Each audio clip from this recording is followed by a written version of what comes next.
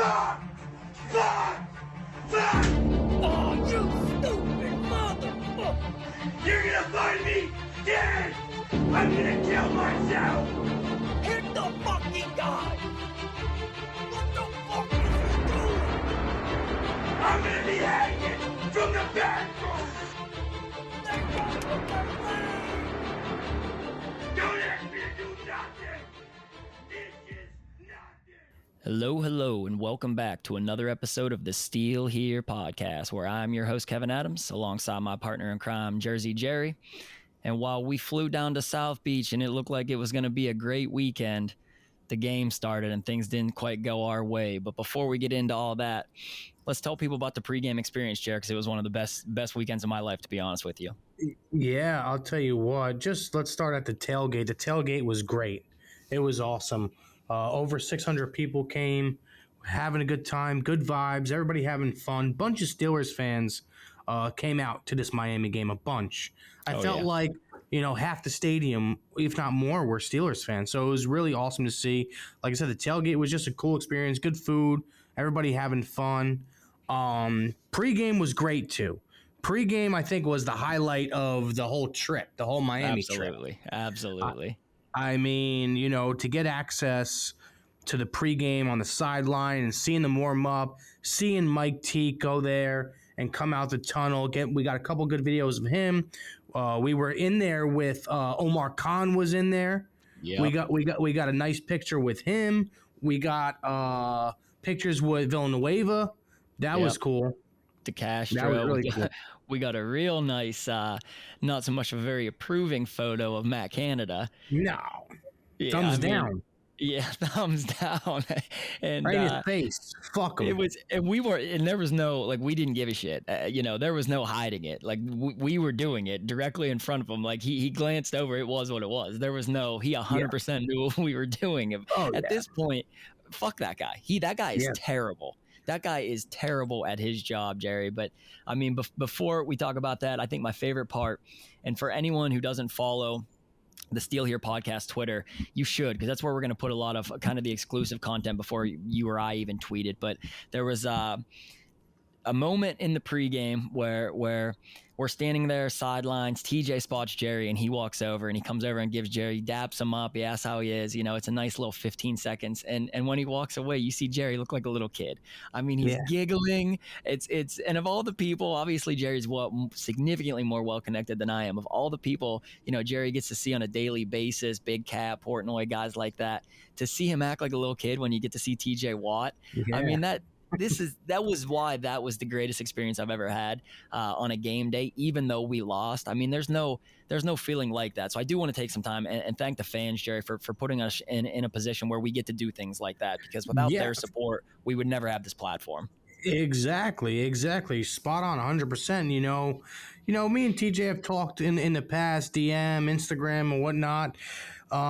Everything has been just super, super fucking class from that guy, man. Yeah. Nothing but class. Just, make somebody's day. It's just, a little handshake and a how you doing is it goes such a long way. It meant the world. It meant the world. Because listen, there's been very, very few people. I've done interviews with Tracy Morgan, people who are so famous, interviews with Darryl Strawberry, interviews with other celebrities, Josh Peck, you name it, Mike the Situation. I've never really gotten starstruck. With TJ, I get starstruck because what our plan was, hey, if we see TJ, we're gonna get in his ear. We won't say anything, but we'll get in his ear and try to hint on when he's coming back. And then he comes over and it's just I freeze. He turns into a little kid, and I only got 15 seconds of video, but for you guys, I wish you could have seen. Jerry starts getting nervous, he's excited that TJ's coming over. He daps him up, and Jerry, little kid at Christmas, just giggling, laughing. He's like, you got that, right? You got that. Yeah. Well, the thing was, the people next to us. So there was like a son and like a father, and they bet on something like $10. So the kid was like to the dad, "Hey, I guarantee you, when TJ comes out, he said the first person he goes up to is Jersey Jerry." And the dad didn't even know who I was, obviously, and he's like, "No, I don't think so. I'll bet you $10." And sure enough, TJ walks on the field, looks over, sees me, just came right away. Right. Yeah, no, it was an insane experience. And then we kicked the ball off, and the Dolphins marched straight down the field. Just prior, Jerry and I are looking at each other, we're like, there's no way we lose this game. Like the stadium was littered with terrible towels. I mean, it was loud. Steelers come out, the place is electric. I mean, I'm thinking in my mind, there's no fucking way we lose tonight. No. And then they march right down the field. They use the center of the field. They gash us. The defense looked really beat up in that first and second drive, and then from there they buckled down. I mean, the defense really came around, Jerry. They played really good outside of that first and second drive, and it's really hard to lose a game when you only give up 16 points. I mean, they didn't catch their interceptions, and that's what Tomlin said. He said it yesterday. He just said it in his interview about an hour ago. He said that the guys just did not capitalize on catching balls that they should have caught. It's hard to pin that on the defense, though. Even having said that, it's really hard to blame the defense for that, Jerry. It is. No, listen, it's very hard. It's very hard because they held the Dolphins to 16 points. At the end of the day, they held the Dolphins to 16 points. After the game, I was a little upset, and I shouldn't have been as upset as I was with the defense just not getting to the quarterback, not making sacks. Yeah. But you know what? At the end of the day, I let a couple days go by, and I said to myself, this goes on the offense. And 100%. For most games, it's been on the offense because they can't score points. They just can't score points. And did Kenny have a good game? No, he didn't have a good game. Not at all. I mean, he turned the ball over 3 times. Yeah. You can't win football games like that. But I will say this. You need to make splash plays on defense. You got a rookie quarterback back there making his third start. You have to make those plays because those plays change the game. They really do. They change momentum. When you're on offense and the Steelers didn't really have a really, really good drive until like the last drive of the game, which ended in an interception. So who knows? If we get 2 of those interceptions, we get the momentum back. Who knows? Kenny did make a very nice throw to Pat. I will say that. That was a great throw. Unbelievable throw. I mean, in the first half, so we're down 13-0, and then you have us. We come back. We do march down the field. He did get some things going with his legs. Kenny did some nice things with his legs again on Sunday night, and I really am excited to see that. He reads the pocket fairly well. Now, he took a couple of sacks, but, I mean, he reads the pocket. He feels the pressure well, and in the NFL, that's a massive thing for a quarterback because some guys just cannot feel that pressure coming, and Kenny does. He knows his lanes. He found a lane. He extended some drives. We march down. We take a field goal. Then we start to get a little momentum going. The next drive, that's when Pickens has his first touchdown. So, it was we got it to 13-10. 20 seconds left in the first half. It's one of those interceptions that you're talking about. Tua drops back, throws. Cam Sutton, right? Man. And if he picks that, 20 seconds left, we get the hell out of there. 13-10 at the half. We're good. We get the ball to start the third. Everything is good to go on that. And we couldn't capitalize. And that's a little. He dropped a little prayer in his hands, and he couldn't fucking catch the ball. And that stuff. Those are the things. And it comes back to everything we've talked about every episode so far this season. It's the little things like that. The Steelers are not good enough to overcome those types of flaws on offense. No. If the defense doesn't help them, we have to capitalize on those things. We cannot beat ourselves. So the margin of error is tiny. And when you have 4 balls, 2 to Levi Wallace, and I'm starting to have some concerns about Levi Wallace. Genuinely, I'm starting to have some concerns. Maybe this is why the Bills had let him go. His coverage was pretty fucking dog shit on Sunday. Let's keep it all the way 100. He was not very good in coverage. He had 2 dropped picks. Edmonds drops a prayer. Sutton drops another easy one. I mean, if we catch even one of those, it's probably a different ball game. Even one. And so the Dolphins capitalized on all three of theirs. That's and Tomlin said it's the difference of the game. And I hate to say that that's the difference of a game and pin it all on the defense. But if they had just done a little bit more, maybe the Pittsburgh Steelers walk away with a win on Sunday. And that's what sucks is we're close. Like in some of these, in our losses, Jerry, let's go back through them. The Patriots game, we could have won the game at the end. Defense couldn't get off the field. Yeah. The Jets game, we could have won the game. Kenny had some mistakes and threw it away. This game, we could have won, blew it. I mean, we're not a terrible football team. You know, early in the season we said we're absolutely dog shit. I don't know that we are. I think that we're close. We're missing like on a piece here, and it all comes back to the offensive coordinator for me, Jerry. The offensive coordinator for me is still Matt Canada, and it is still a fucking problem. And until he goes, it's hard to fully evaluate Kenny, the run game, Najee. You know, while he didn't look great, it's still really hard to evaluate a lot of these things because schematically we're incredibly predictable. We're a predictable football I mean, team. listen, there was a play that misdirection. Remember Najee? He gained I think 10 yards running the ball. He had a misdirection. Like somebody came, I think Claypool came in motion. Once Canada seen the success of that play, he was sending guys in motion the rest of the game.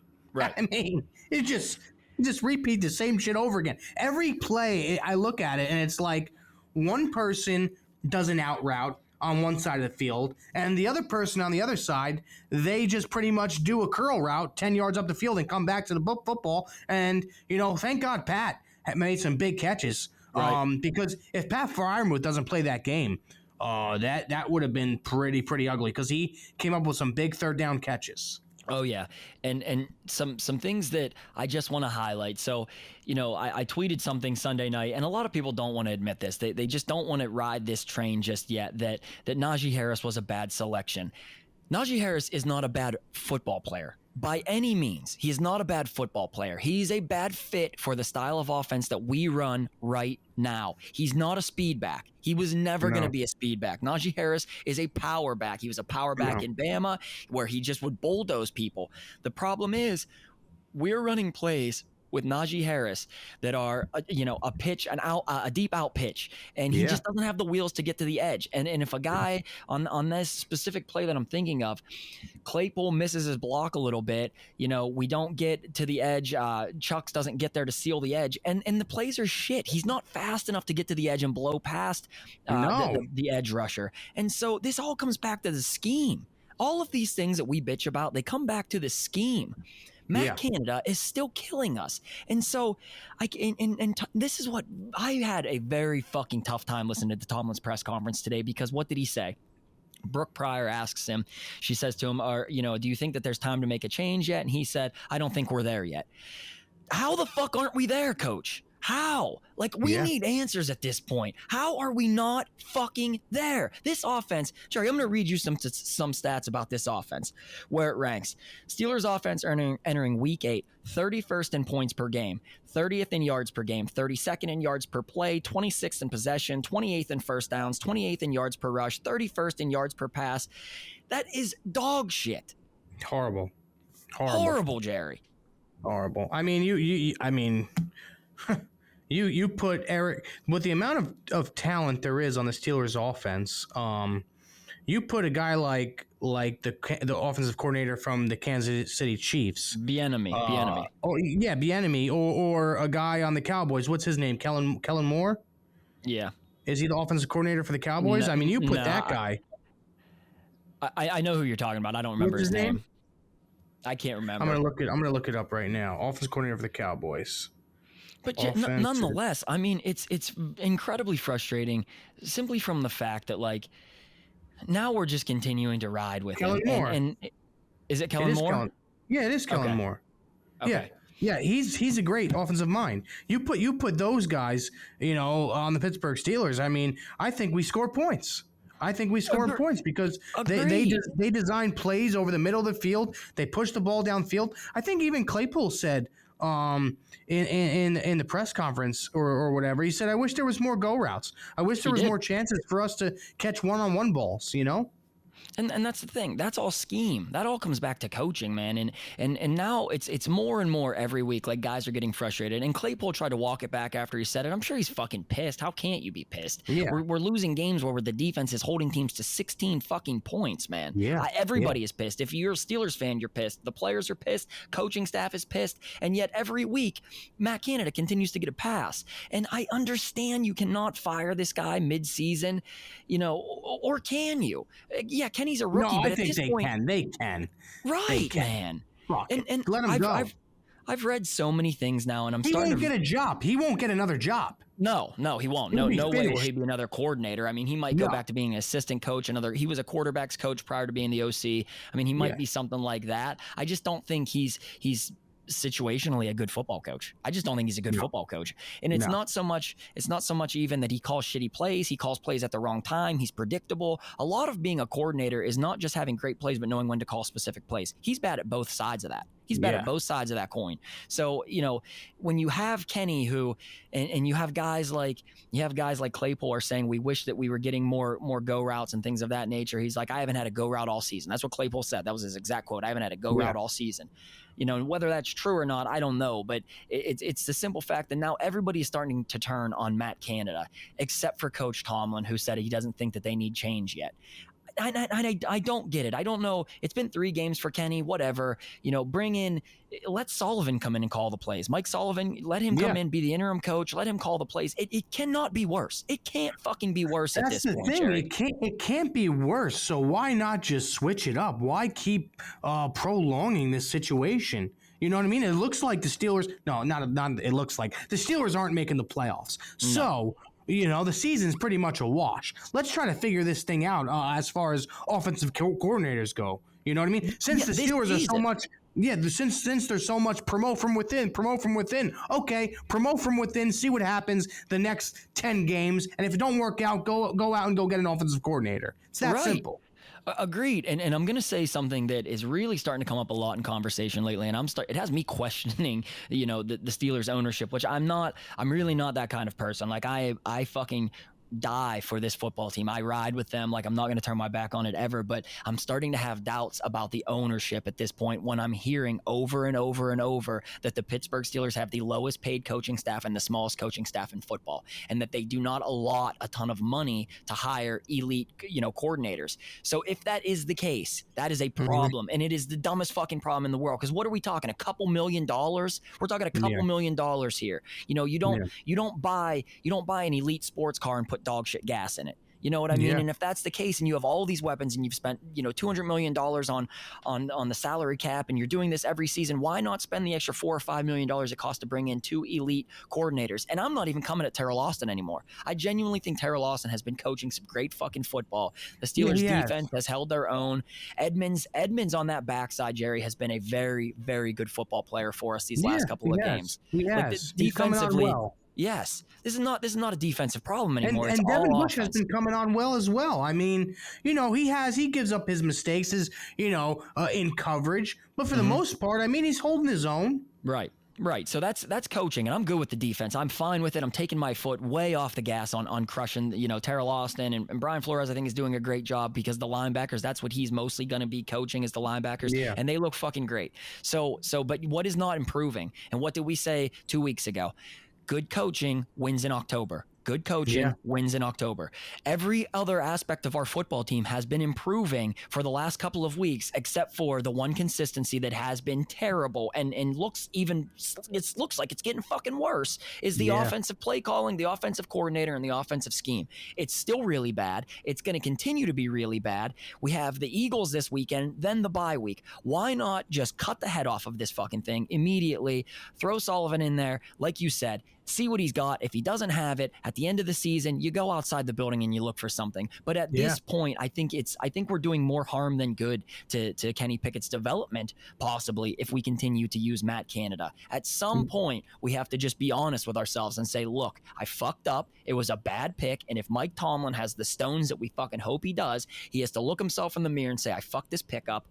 We have to go a different route right now. I think genuinely 10 more games, we're wasting time that we could be getting a little bit further ahead going into next year. That's the thing. So I'm 99.9% positive Canada won't be bought back for the 2023 season. Agreed. So why not just see how the rest of these games go with a different offensive coordinator?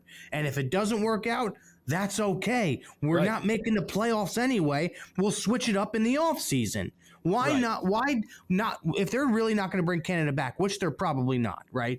Why? Okay, let them go at the end of the year and then bring somebody else in. What happens now if this guy's not working out? You know what I mean? You're just delaying the process even more. Right. What do we have to lose? That's where I'm at with this. We're 2-5. We're definitely not making the playoffs. We're not making the playoffs. It's got to be like a 1% chance at this point. No, listen, you got to get Kevin. It's time to get honest. I know. It's hard for me just because in my mind I'm like, yeah, this could happen, but no, we're not making the playoffs. Let's not delay the inevitable then. Let's try and rip this Band-Aid off as quickly as we can and start repairing things for the future. And if we don't, again, this is where it comes back to, if we do not do this, then everybody listening, whether you want to hear us talk shit about Mike Tomlin or not, I apologize to you if you're a big Mike Tomlin fan, but every game that he does not make this change to try and improve this thing as we lead into next season, he's losing for us, guys. He's hurting the team. He's hurting the team by holding on to this fucking guy. Yeah, he really is, and he could be hurting, like you said, the development of Kenny. He really could be. I mean, it seemed like when Kenny went hurry up, they moved the ball. Seemed like when Mitch went hurry up, they moved the ball. So I don't know if that has to change as well. Like, run more hurry up. I mean, guys were talking about it in the beginning of the year, and then, they do it for a couple drives, and then it just goes away. Maybe you're a type of offense that just needs to be in hurry up all the time. Right. Here's why is because oftentimes in hurry up, and a lot of it, we saw with Big Ben last year, that was mostly the only time our offense had any value, was mostly hurry up. But I saw Kenny doing some things on Sunday. I just rewatched the game right before we recorded this. In hurry up, it was a lot of Kenny doing his own play calling. Like he's doing all the motions himself. And I'm not saying he's calling all the plays. He might have a set list of plays he has to work off of, given, whatever he's seeing in that moment. And this is why a lot of scouts said that Kenny Pickett was NFL ready day one, because he can read a defense. Like, he is the most NFL ready from an intellectual standpoint. He can read a defense. He knows where ball should go, coverages they're showing him, things of that nature. Now, is he the best at it? No, and that's going to come with time. But what I noticed that he was doing a lot of when we were in that hurry up late in the game, he might have 3 or 4 plays he can pick with, and this is where it comes back to, you got to know when to pick those plays. You have to know when to call specific plays. And I think Kenny, this is fucking crazy to say, I genuinely think Kenny probably has a better feel of when to call specific plays than Matt Canada does. And we saw that. I believe that 100%. I really fucking do. And if anybody is wondering, like, oh, what does this look like? What does this process look like? Rookie quarterback, usually it looks like this. Yeah. Usually 9 times out of 10, it looks like this, exactly this. There's going to be mistakes. There's going to be bumps in the road. There is going to be throws that lose football games. So we are watching the process, and this is just what it's going to be right now. And it's okay because, he's getting experience. He's developing chemistry with his wide receivers, developing chemistry with the offensive line. So that's okay. I hate losing, right? I hate it, but it's like, sometimes you have to go through shit, and that's okay. I'm ready to deal with it. I've already checked out pretty much on the playoffs. What I would like to see the rest of the year is, the defense keeps us in some games. We score some more points on offense. George Pickens develops into wide receiver 1. TJ comes back and he's healthy and he shows flashes of what he did last year and what he did week 1. And I'll be okay. Right. And here's, I'm going to say something because I spent the last 2 days, everybody knows I fucking live on Twitter. That's my place. That's where I live. That's where I vent. That is everything to me. And I read a lot of things these last 2 days, especially right after the game ended. I read people saying, I'm done with this kid. Like, Kenny Pickett sucks. What a terrible pick. Yeah, and, all 3 interceptions, 7 interceptions. And I just want to explain something to you people. Okay. Which takes me right to my tweet of the week. It is a guy called Marcus Whitman at TFG_football. Kenny Pickett has 7 interceptions to just 3 turnover-worthy plays. Horrible luck for a kid starting off his career. Hope he doesn't hope he doesn't pay attention to the casuals who only see box score stats. It's fucking spot on. And I'm going to outline this for you. On Sunday, did Kenny Pickett play a good football game? No, he did not. He did not play a good football game. However, Kenny's stats from Sunday's game were really, really fucking nice. He went 32 of 44, 72.7% completion percentage, 257 yards. He had the one interception to Claypool, and this is what people need to understand. Not all interceptions are the same. They're not all equal. Okay. Yes, they all count the same. It's an interception, defense gets the ball, but they're not all because the quarterback fucked something up. The Claypool interception could have been pass interference. You know, the broadcast called it. They brought on Pereira, whoever it was. He said it should have been pass interference because the cornerback ran into Claypool's leg and tripped him up and then picked off the ball. That's should have been pass interference. Can't pin that one on Kenny. He took a shot, could have had it. The other two, he forced the ball to Deontay Johnson, and then he forced the game-losing touch or interception to Deontay Johnson. Now, that was a miscommunication. Came out after the fact. Kenny said he thought DJ was going to come back to the pylon. That's why he put the ball there. DJ thought he was going to break the route off to the inside.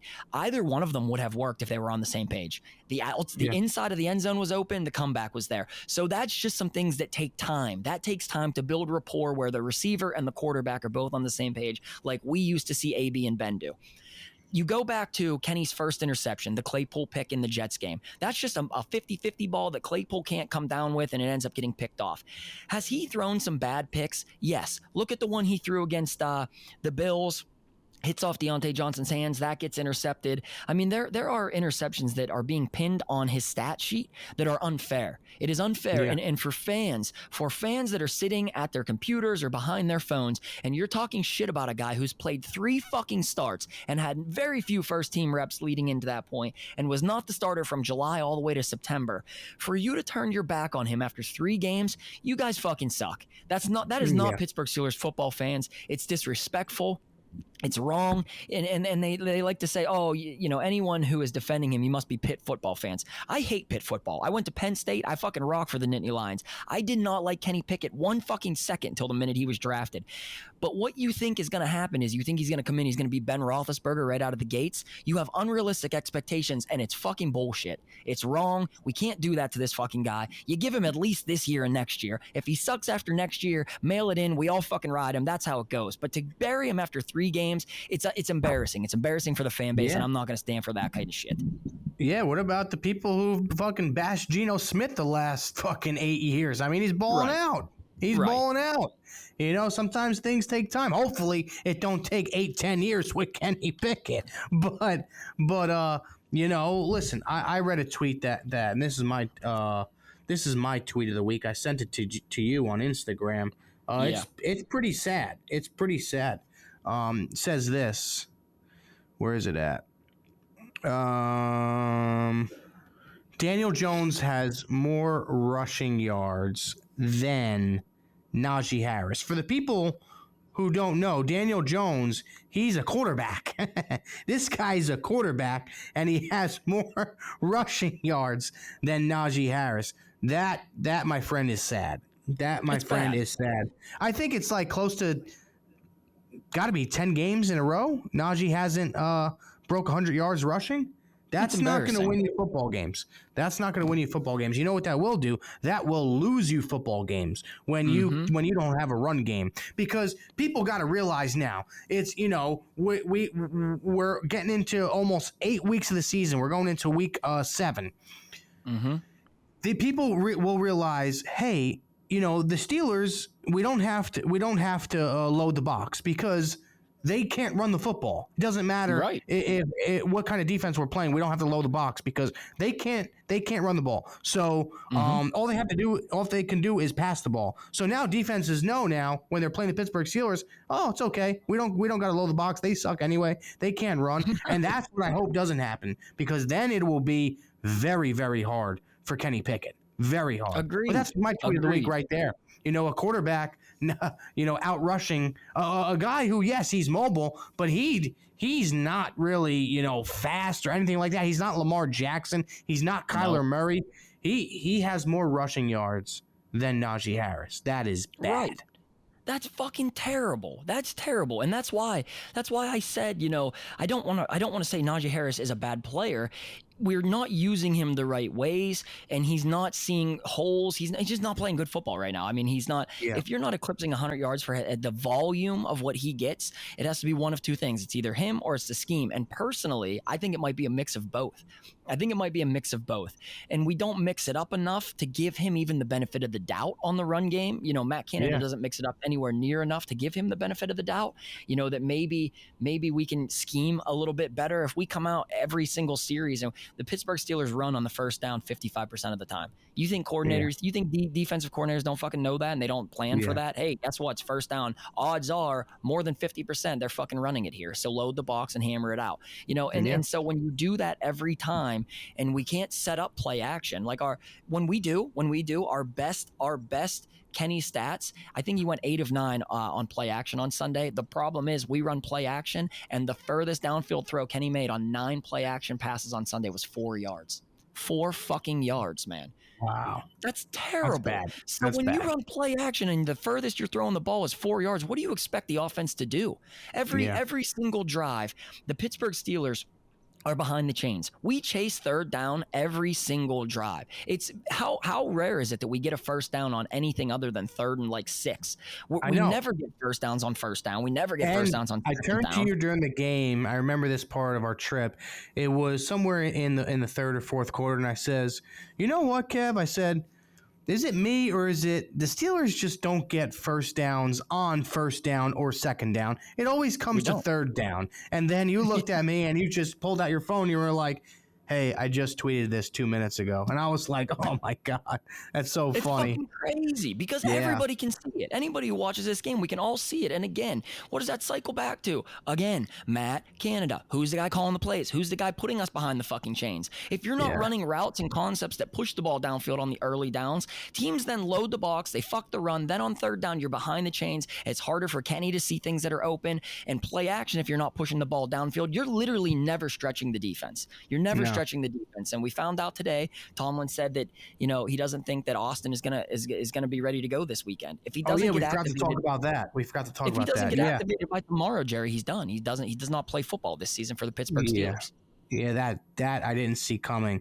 And I was listening, actually not listening. I was reading more into this, and there has to be a bigger issue that most of us don't know about.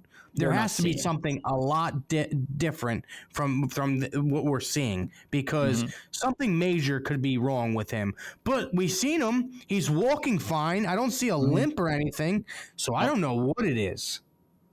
I mean, and Tomlin's never going to fucking tell us that, but he did say some things. He's like, this guy hasn't been on a football field in months. He has not played. He didn't play in the preseason. He didn't play any regular season games. And so basically, Tomlin seemed pissed that we were asking about it in his interview today. So I don't know if that's more so he's shutting it down. I have no idea, but it's fucking wild to me that guy's not going to get on the football field. Now, is he going to save our season? No, but could we use his fucking speed? Absolutely. I mean, we lack explosive plays as an offense. I don't even remember the last time we've had a play where I'm like, holy fuck, they blew the top off, took it to the house. We don't. I don't know that we've had one this season, which is fucking terrible. That's concerning. That's scary. It sucks. It's hard to watch. I'm frustrated like everybody else is. But again, if people want to ride the fact that that's happening because Kenny Pickett doesn't push the ball down the field, you guys are fucking crazy. What Kenny did for us on Sunday night, put the interceptions out of it. If you look at it from a strictly developmental standpoint this season, he developed well, Jerry. I mean, when you're completing 73% of your balls, that's a very good quarterback, man. Now you just need to find plays that work a little bit further downfield, because he's an accurate quarterback and he usually makes the right reads. Right. I think he's number 2 in the league in completion percentage. He is. I'll read you the list of guys here in front of him. So we're looking at Geno Smith. Geno Smith is number 1. Kenny Pickett is 2. Then you have Mahomes, Burrow, and Josh Allen. That's fucking elite company. At Geno Smith aside, that's elite company to be up there with. Yeah, and so I would rather see a guy that has the ability to march us down the field, and then he makes a bad read because it's crunch time and it's a big situation and he throws a pick then, versus a guy that can't even fucking get us down the field. You know what I mean? Because you can fix the first half of those problems. That just comes with experience and coaching. And if he's smart, like we know that he's smart, he doesn't make the same mistakes more than one time. So for everybody that listens and they're not sure about how to feel about Kenny Pickett, would you rather have a guy that can't even fucking get us there? Or would you rather have a guy that can get us there? He just makes one bad mistake because he made a mistake in crunch time. I'm fine with the way we've seen Kenny Pickett play football so far. Is it great? No. And I'm not going to rah-rah cheer him up. I mean, he made some bad plays on Sunday night. He sucked in the big moments. Can't take that away from him. But those things are easy to clean up. You can't improve a guy's accuracy if he's just not an accurate quarterback. And Kenny is, and you can win with that in this league. Yeah, you can also win with a guy named George Pickens. That brings me to my all-heart player of the week, which would be Georgie Boy, also known as NFL Young Boy. I mean, the guy is just maturing into a wide receiver one. By next year, he probably should be wide receiver one. He's just that good. I just wish, this guy would just get the ball every fucking play because he's that good. He's just that good, man. I mean, he just catches everything. He gets his feet in bounds. He has great control of his body, can go up and get the ball. I mean, a reporter asked him on his first ever touchdown catch after the game. They were like, hey, would you like that ball to be a little bit more outside? And he's like, I really don't give a fuck where the ball is. Just get it to me and I'll make the catch. I mean, congratulations to him on scoring his first NFL touchdown. I feel like there will be a lot of those in the future. And I do have a feeling there will be a lot of those down the stretch this year because I feel like that is Kenny's guy. That is Kenny's guy, George Pickens. I think he relies on him and Freiermuth way more than he does Deontay Johnson. So that's my all-heart player of the week. You can see it. So I'll read you his stat line here. So he went 6 for 6, 61 yards, and a touchdown. And Jerry, what did we say last week? When a guy gets 4 or 5 or more targets and you catch all of them, you're having a great fucking day. Claypool did it last week. This week, it's George Pickens. I think you could throw the ball to George Pickens almost every single play until they start to double cover him because he's dominating single coverage. He combat catches, he high points footballs. That guy is a really special, and he's an ultimate competitor. He's an ultimate competitor. He hates losing. He got Mike Tomlin's face pretty much when they didn't go for it. Yep. And Jerry and I, we had first row seats. If you guys didn't see it, like we were very close to the field, and so you could see there was, I want to say in like early in the fourth quarter, it was 4th and like half a foot and Tomlin doesn't go for it. And everybody on the offense thought we were going to go for it. And Pickens loses his fucking mind. He's helmet off. Oh, yeah. He's probably 10 feet from Tomlin, jumping up and down, pushing the punt team, no, stay back. That's a guy that just wants to play. He wants to win. He wants to play football. He's a competitor. He's fiery. For that to be your all-heart player, he deserved it this week. Hats off. He had a 6 for 6, 61 and a score. Yeah. George Pickens is going to come on strong. And Jerry also needs him to come on strong because he does have a little money riding on that offensive rookie of the year bet. So I can see why you're pulling for him big time, Jer. My all-heart player of the week this week is a guy who came back from his 3rd concussion in 11 games. And you hit on it earlier. Without Pat Freiermuth, I do not know that the Pittsburgh Steelers are even in that game. They wouldn't have moved the chains very well without Pat. It was really, really a big game from what we saw out of Freiermuth through the middle of the field. In the middle of the field, he is fucking reliable. He gives me big time Heath Miller, ability to catch every ball that's in his area vibes. He works the middle of the field. He does take a beating, and that's the concerning part is the concussions things are piling up. But Freiermuth is a really, really good player for us right now. 8 for 9 targets for a tight end. I love to see that. 8 for 9, 75 yards. For a guy who hasn't played in a couple of weeks, coming off the concussion, you would think that maybe he'd be timid to go across the middle of the field and take shots. Not Pat. He still went out there. He banged. He played his ass off. I really do love that guy, and he's a friend of the show. We're going to have him on here in a few weeks for the bye week episode. So I'm excited to get to chop it up with Pat again. So it's going to be fun to watch him and Pickens mature as we watch this team grow and develop.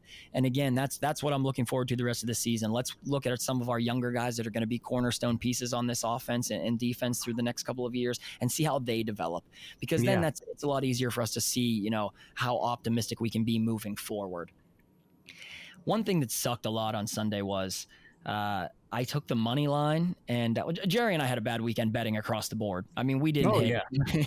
I had $1,500 on the Yankees, to win game 3. They lost game 4, got swept. I had money on the series, lost that game. I took the Steelers outright, lost that bet. But Jerry hit his Steelers bet. He had the Steelers plus 7.5. They lost by 6. So Jerry hit that.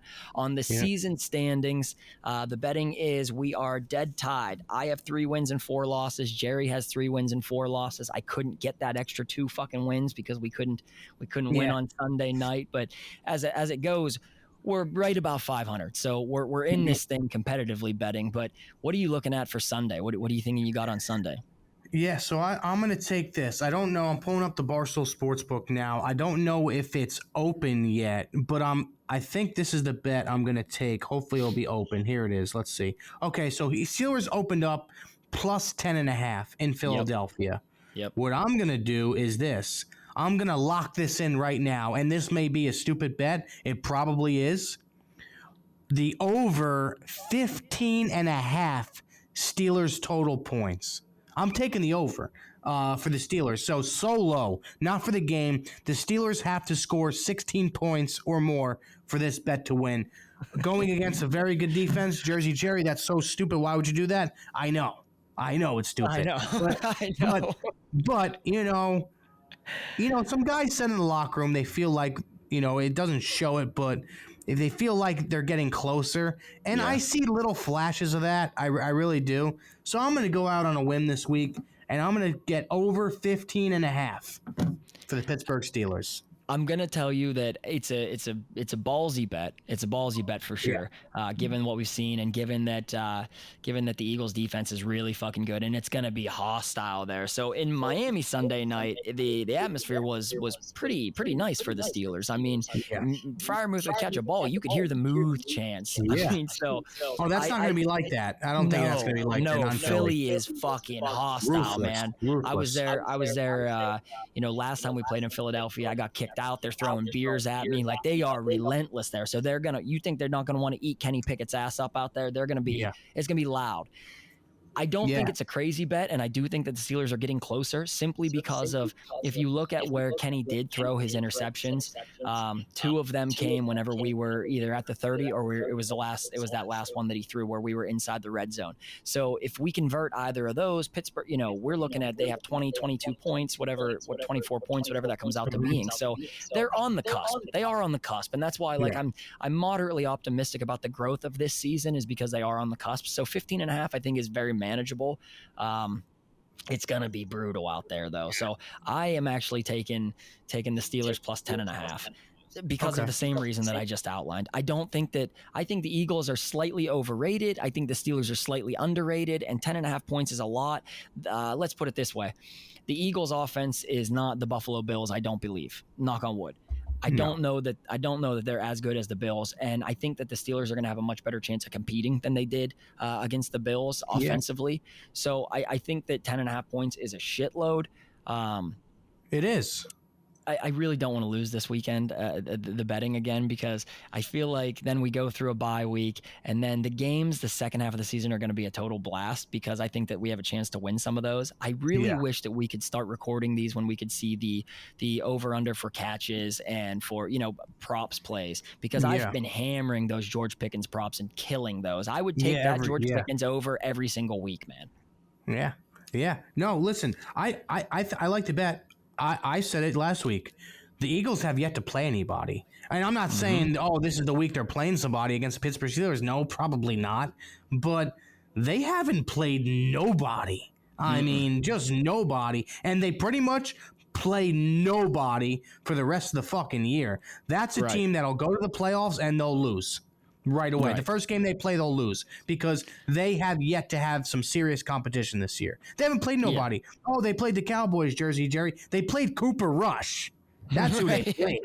And they didn't look good through most of the game. So let's not act like they're world beaters.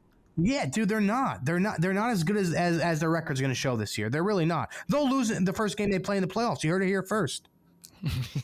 If they do, you're going to fucking dance on their graves with these clips. Oh, yeah. Well, if you guys are interested in doing the betting, again, check out the Barstool Sportsbook app.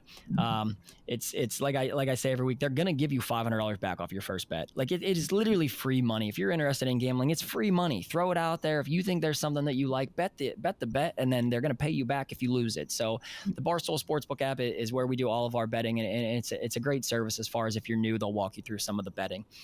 We appreciate you guys every single week. The podcast has been growing. It's really starting to gain momentum. Jerry and I, we spent the whole weekend together, so we ironed out some of the details of what we're going to try and do moving forward. Yeah, let's talk about the caller line we want to do.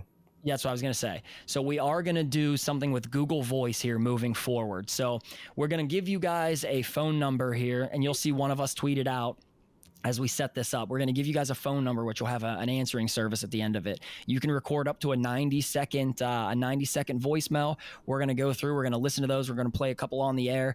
We're going to respond to them. If they're questions, if they're rants, whatever they are, if we think it's worthy of putting it on the air, we're going to do that so we can get you guys involved with the show a little bit.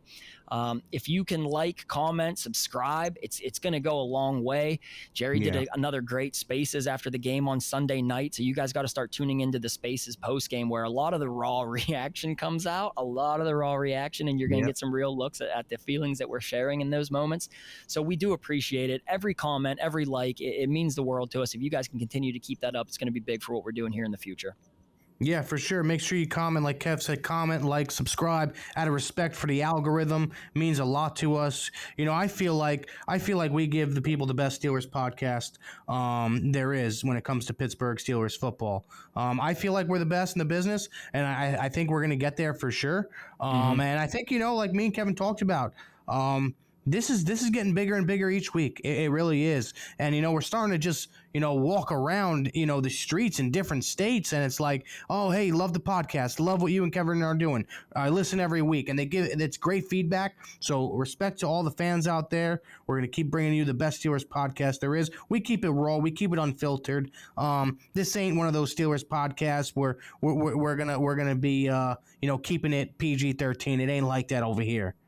No, and it's just not Jerry and I's personality. So I just want to keep it all the way 100 when we talk about the Steelers, and that's why sometimes we're going to ride a guy, and the next week we might lift him up. I mean, we're fans. At the end of the day, this is a podcast by the fans for the fans, and that's what I always want it to be. But it is growing rapidly, and it was great. A lot of people came up to us in Miami, and they're like, "We love what you guys are doing. You know, can we get a picture, etc." So it's fucking incredible. It means the world to us that you support what we're doing here, because as this thing grows, and I want you guys to know this, as this podcast grows, I promise you we're going to give back to the fans. I mean, like I said, second half of this season, I'm going to buy 2 tickets to every game and give those away right here on the podcast. So if you guys tune in and you like it, share it wherever you can share it, like it, comment it.